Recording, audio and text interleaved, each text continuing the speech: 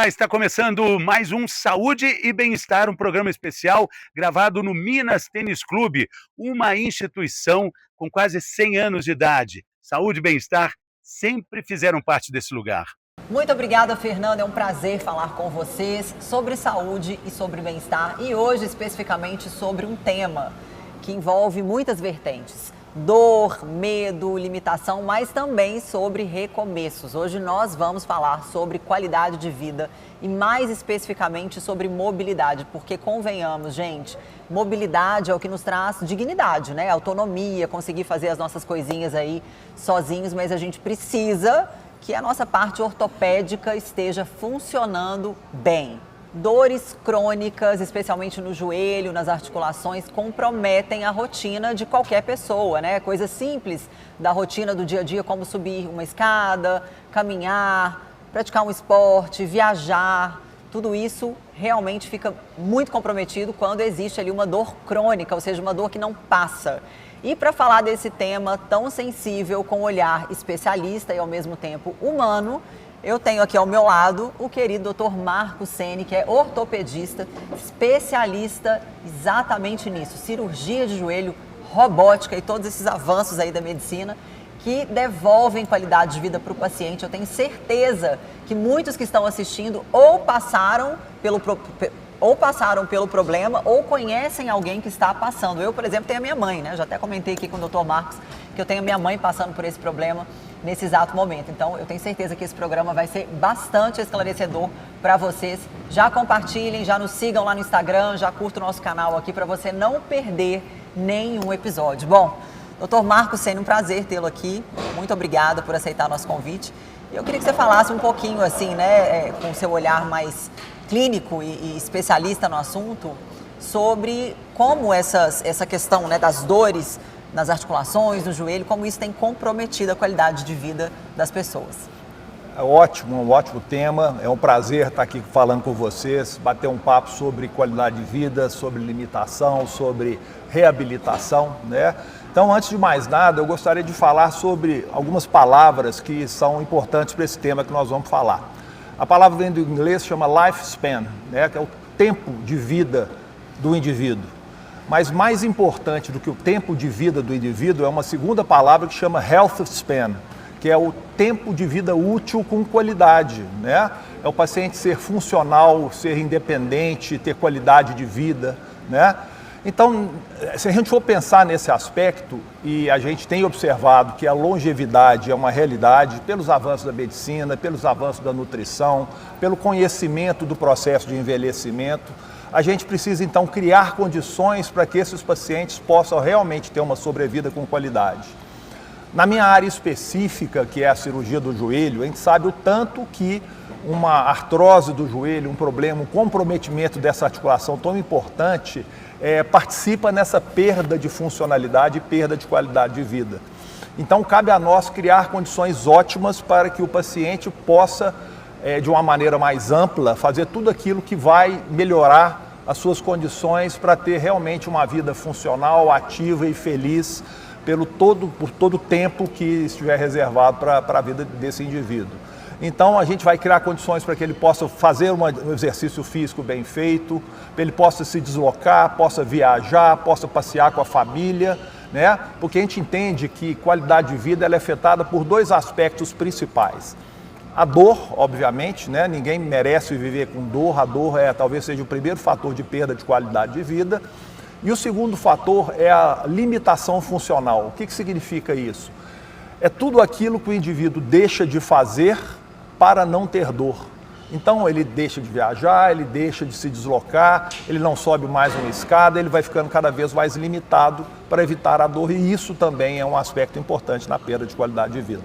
Doutor Marcos, explica pra gente em que momento a prótese passa a ser indicada para um paciente e quais são os critérios que mais pesam nessa decisão. A prótese de joelho é uma cirurgia de salvação. É a última coisa que a gente tenta no tratamento e na abordagem de um paciente com artrose no joelho. A artrose não é uma doença eminentemente cirúrgica, né? É uma doença que a gente tem um arsenal de tratamentos para a gente tentar retardar, para evitar que o indivíduo chegue ao ponto de precisar de uma prótese de joelho. Mas infelizmente, como tudo na medicina, a gente tem as nossas limitações. Em algum momento a gente vai ter que partir para um tratamento um pouco mais radical e mais agressivo, e esse tratamento nesse aspecto é a artroplastia total do joelho, que a gente conhece como prótese de joelho. O momento de fazer a prótese do joelho é do paciente, o paciente que entende o grau de limitação, a dor. Você perguntou qual que é o principal fator que leva a gente a pensar em fazer uma prótese. Sem dúvida, a indicação da prótese passa pela dor.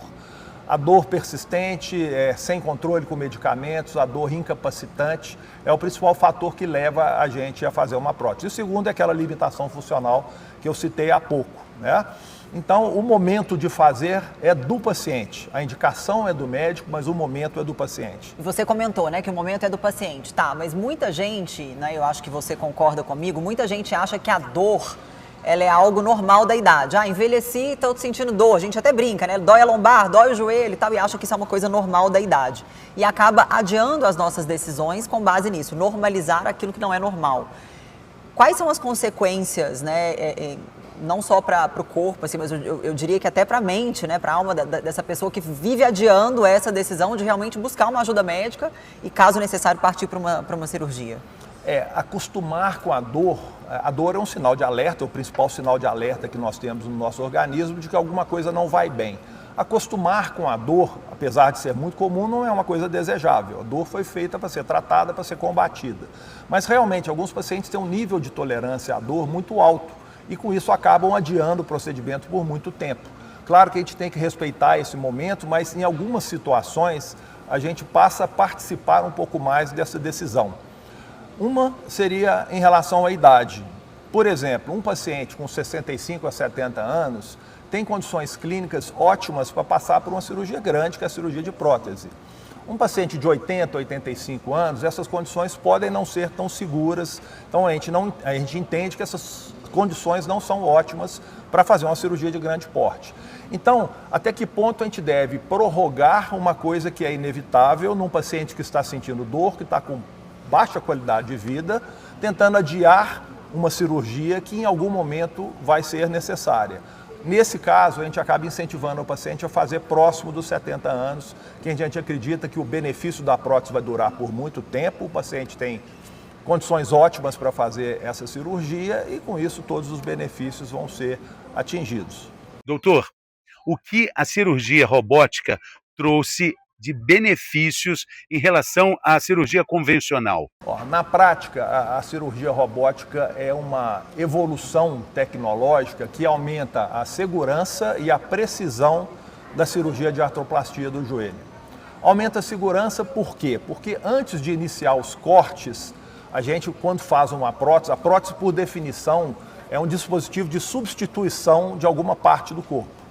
A gente vai substituir a superfície articular do fêmur e da tíbia e da patela, em alguns casos, por uma prótese metálica, e entre essas próteses metálicas vai ter um dispositivo de polietileno, que é um plástico de alta resistência, para evitar o contato de metal com metal. A precisão na colocação desses componentes determina movimento mais natural, durabilidade dos implantes da prótese, para que ela dure pelo menos 15 anos, uma sensação de um joelho mais natural para o paciente. Então, a precisão da colocação da prótese é fundamental para que a gente atinja um bom resultado clínico. E a segurança, porque a assistência robótica, antes de a gente fazer esses cortes, a gente vai definir o espaço de segurança para a gente atuar dentro do joelho, para evitar de comprometer estruturas nobres que ficam em volta do joelho, como vasos e nervos, evitar danos a ligamentos, mexer menos em ligamentos e fazer com que a cirurgia fique menos agressiva, com o pós-operatório também um pouco mais confortável. Então, o benefício da prótese é trazer mais segurança e mais precisão para o procedimento. Doutor Marcos, eu sou nutricionista de formação e é inevitável que eu traga aqui, né, dúvidas e perguntas com relação a justamente essa conexão entre a alimentação e essas doenças que a gente sabe que pode aparecer ao longo da vida, né? Eu vi muito recentemente estudos mostrando benefícios grandes do uso da cúrcuma com relação a essas doenças ortopédicas, assim. No que da sua visão como profissional, você acha que tem um impacto? Eu acho que tem sim. A cúrcuma é um excelente suplemento, né? tem uma classe de medicamentos que talvez a gente não devesse nem chamar de medicamentos, a gente chama de nutracêuticos, né? Que são alimentos com um efeito terapêutico. A cúrcuma é um nutracêutico, o colágeno é um nutracêutico, e a gente tem pelo menos 20 tipos de substâncias que a gente pode usar nesse arsenal de auxílio ao paciente nesse período entre o início dos sintomas, o diagnóstico da artrose e o momento que realmente chega na hora de a gente pensar em fazer uma cirurgia mais agressiva como a prótese. Então eu acho que a gente sabendo usar esses suplementos no momento certo, eu acho que isso vai trazer muito benefício. A gente não tem muitas evidências científicas sobre esses nutracêuticos, mas com certeza eles trazem para a gente um benefício e vão levar ao paciente a ter uma possibilidade de fazer uma alteração nos hábitos de vida que tem alta evidência clínica de que muda a evolução do paciente com artrose, que é a prática de exercícios físicos. Então, a alimentação, a suplementação e a mudança de hábitos de vida vão trazer um resultado muito favorável na evolução e na prevenção, principalmente, da artrose do joelho. E é interessante, né, o Dr. Marcos falar sobre isso, porque na nutrição a gente tem visto como a inflamação do corpo, ela tem esses resultados negativos que desencadeiam doenças, né? E como, por exemplo, a curcumina, que é o ativo da cúrcuma, ajuda a diminuir a inflamação sistêmica ali no organismo, beneficiando aí um efeito colateral positivo, né? No fim do dia, a gente acaba colhendo por ter um ambiente menos inflamado, não é isso? Com certeza, né? Você lembrou muito bem, e exatamente a artrose do joelho não é uma doença puramente degenerativa, é uma doença inflamatória também. Então tem um misto de inflamação com degeneração. O processo de envelhecimento é um processo inflamatório, estresse oxidativo, né? Então tem até uma palavra que chama de inflammaging, que é a inflamação que vem com a idade, que a gente tem que combater. E a gente combate com alterações nutricionais, que é a sua área, que você domina, né?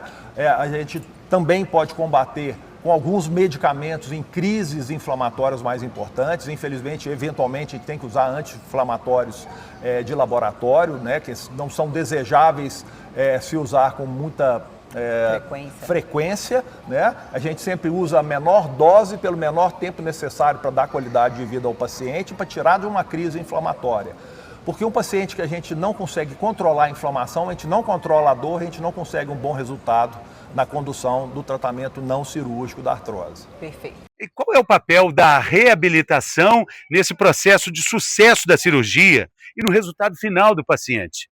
A reabilitação fisioterápica e depois um segundo momento com o educador físico, ela é tão importante quanto a cirurgia, né? Eu costumo falar para alguns pacientes que uma reabilitação mal feita, ela pode estragar uma cirurgia perfeita e o inverso disso, uma reabilitação muito bem feita, pode corrigir problemas cirúrgicos que levaram a uma cirurgia não tão boa. Então a reabilitação faz parte de todo o processo de tratamento do paciente. O paciente mal reabilitado, ele não vai atingir os resultados desejáveis para quem se propõe a fazer uma cirurgia de grande porte, né? Isso vai muito em relação ao paciente. O paciente é um ser altamente ativo quando ele se entrega com tudo para uma boa reabilitação, ou seja, ele é parte integrante da equipe que precisa atingir essa vitória, esse bom resultado. Então eu digo que o cirurgião, num primeiro momento, junto com o paciente, o educador físico, o fisioterapeuta, psicoterapeuta, nutricionista, nutrólogo, todo mundo vai participar desse processo de reabilitação global do paciente. Multidisciplinar. Muito bem. Por falar nisso, nós estamos aqui também com o Frederico, que é um paciente real do Dr. Marcos, que fez a cirurgia, né? Exato. E eu queria, antes da gente entrar na cirurgia em si, eu queria te perguntar, Frederico, como que era a sua rotina antes da cirurgia e o que mais te limitava, assim, no dia a dia? Eu nasci com problemas, tá? E o tempo fez com que a gente procurasse recursos que, no final, chegamos na prótese, tá? E a prótese, o Dr. Marcos já me acompanhando há bastante tempo, já foi, quando começou a fazer essas operações, ele já foi me orientando para essa situação. Foi até que, de fato, a gente fez a prótese primeiro da minha perna esquerda e depois de 10 meses eu fiz da perna direita. Mas antes da cirurgia, assim, no seu dia a dia, o que mais te limitava? Eu usava remédio, porque eu sentia muita dor. E isso estava me afetando internamente. Mas você caminhava? Você tinha uma autonomia assim? Muita ou não? Dificuldade. Eu caminhava como um pinguim. Então, com a perna juntinha, assim. Não, é porque eu mancava demais. Mas no seu caso foi uma artrose que você tinha? Foi uma coisa que eu nasci com a perna torta, tá? E tentamos consertar durante o tempo. E depois... Desenvolveu a artrose. Exatamente. O joelho ficou bem ruim. Ou seja, você não tinha qualidade de vida, você não tinha mobilidade, você não viajava, não praticava esporte? As coisas que o Marcos falou, de fato, acontecem porque você fica cercado de problemas, né? Então, por exemplo, eu trabalho durante a semana, chegava no final de semana, eu queria descansar a perna porque ela doía demais. E após a prótese, a primeira, eu já comecei a ter uma qualidade, fazendo todo esse processo que ele explicou, de fisioterapia, que me ajudou inclusive no processo da segunda, em questão de musculação e da melhoria para a operação. Quando eu fiz a segunda, também de novo a fisioterapia, e hoje eu tenho uma vida normal de uma pessoa com 67 anos, pós a cirurgia. Então tem 3 anos que eu fiz os 2 joelhos e isso me deu uma vida nova em termos de caminhar, de praticar caminhadas, poder fazer. Mas antes de você tomar a decisão da cirurgia, você sentiu medo, insegurança, assim, né? Com relação à cirurgia em si, ao pós-operatório, você teve medo em algum momento? Falar com você que não, eu estaria mentindo, tá? Mas eu como sou paciente dele há quase 20 anos, ele já vinha me passando uma segurança que eu sempre tive com ele. Então, assim, a dor era muito grande e a situação de caminhar que eu tinha com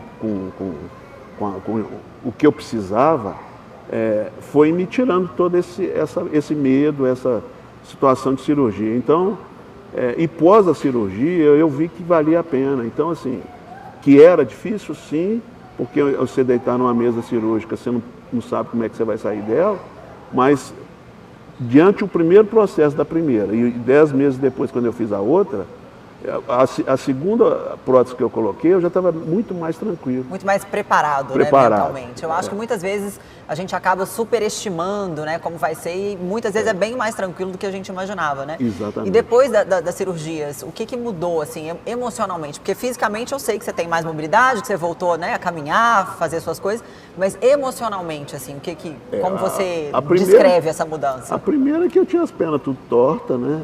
Esteticamente, né? Exatamente. A autoestima aumentou. Muito, muito. E a outra coisa foi, de fato, poder fazer as coisas que muitas vezes eu pensava, por exemplo, uma caminhada, por exemplo, hoje, de 3, 4 quilômetros, eu consigo fazer e eu não conseguia, entendeu? Eu não conseguia fazer de 100 metros.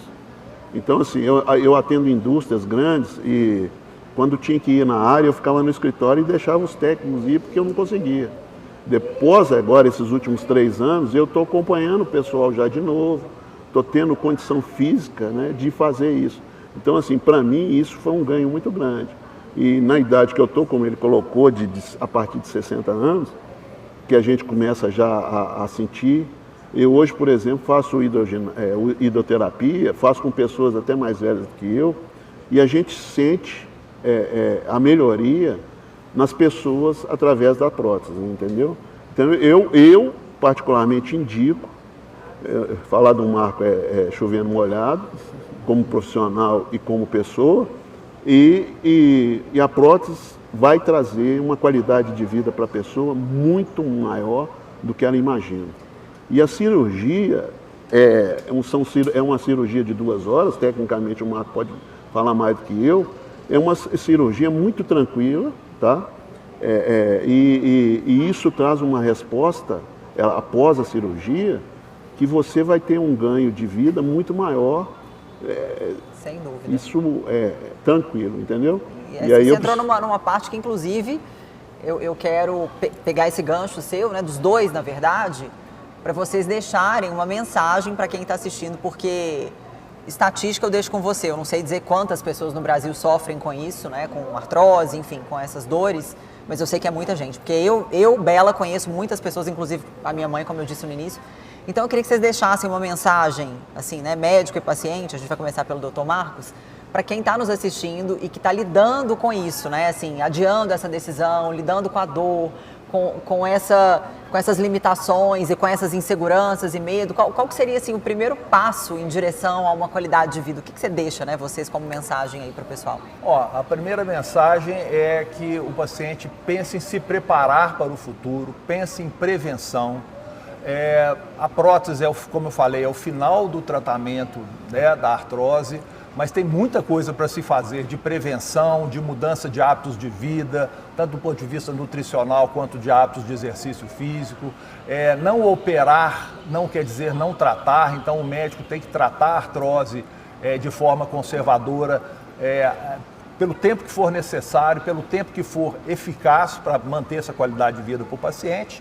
E no momento certo a gente pensar na prótese.